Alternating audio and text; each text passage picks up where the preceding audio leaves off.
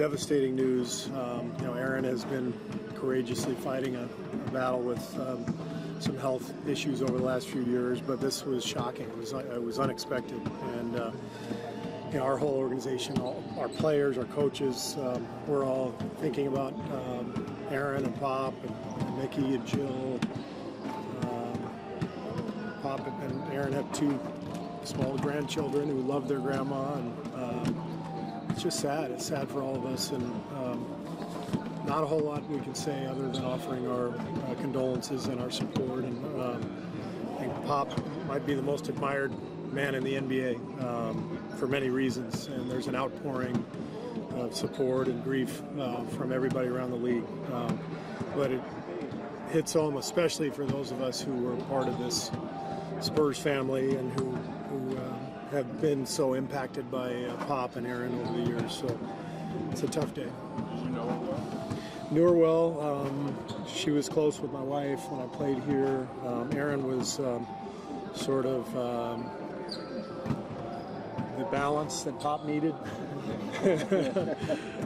I still remember when he traded me to Portland 2001. He called me up to tell me the news. He said, I don't think I can go home because Erin's going to be so mad at me for trading you. And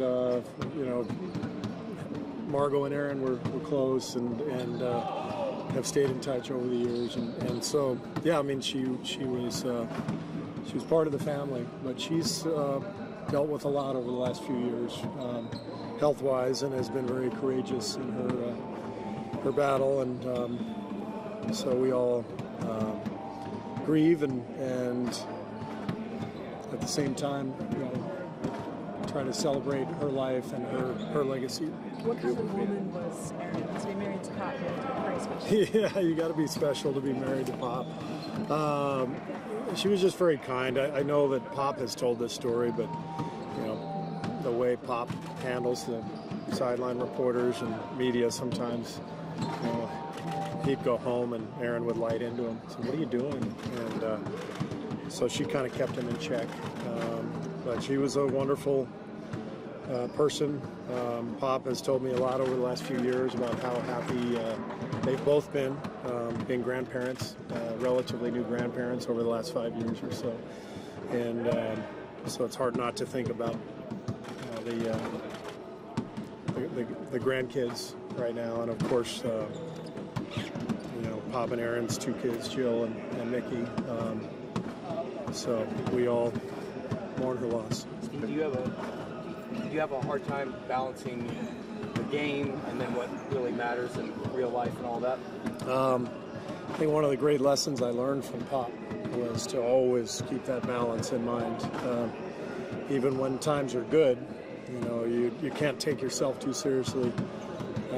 You take your job seriously, but not yourself. And times like these, obviously, that point is driven home. The game seems inconsequential, and it is in the grand scheme of things. But this is what we do, and this is our livelihood, and this is what brings us joy.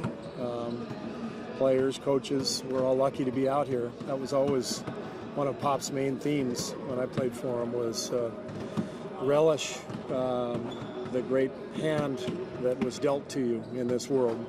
So a lot of people are suffering out there, and so we have to enjoy our work and our game, and come out and play and feel the freedom that basketball provides when you're out there on the floor running around. But you never lose perspective on real life, and that's driven home today. Steve, Pop's success obviously speaks for itself, but what is it about him and his teachings and his overall demeanor that not only affects his players, but just everyone around him? He's just an incredibly powerful personality. He's so raw and honest and morally sound. He's got his convictions that he sticks to, and he doesn't care what anybody thinks of him. And whether you like him or not, I don't think you can argue with the fact that he is a champion for human rights, civil rights, for the good in people. Not afraid to call out people who are not helping their fellow members of society. And I think everybody sees that honesty and that conviction.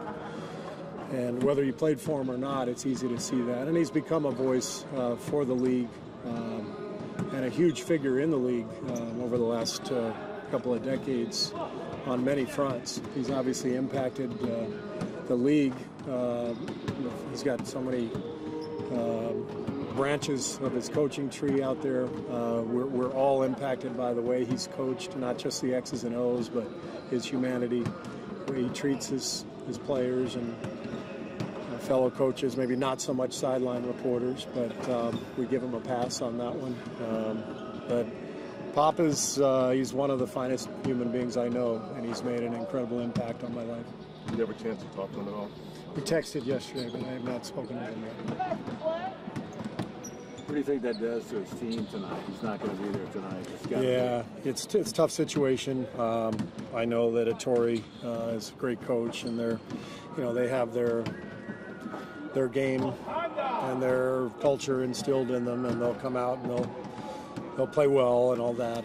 But whatever.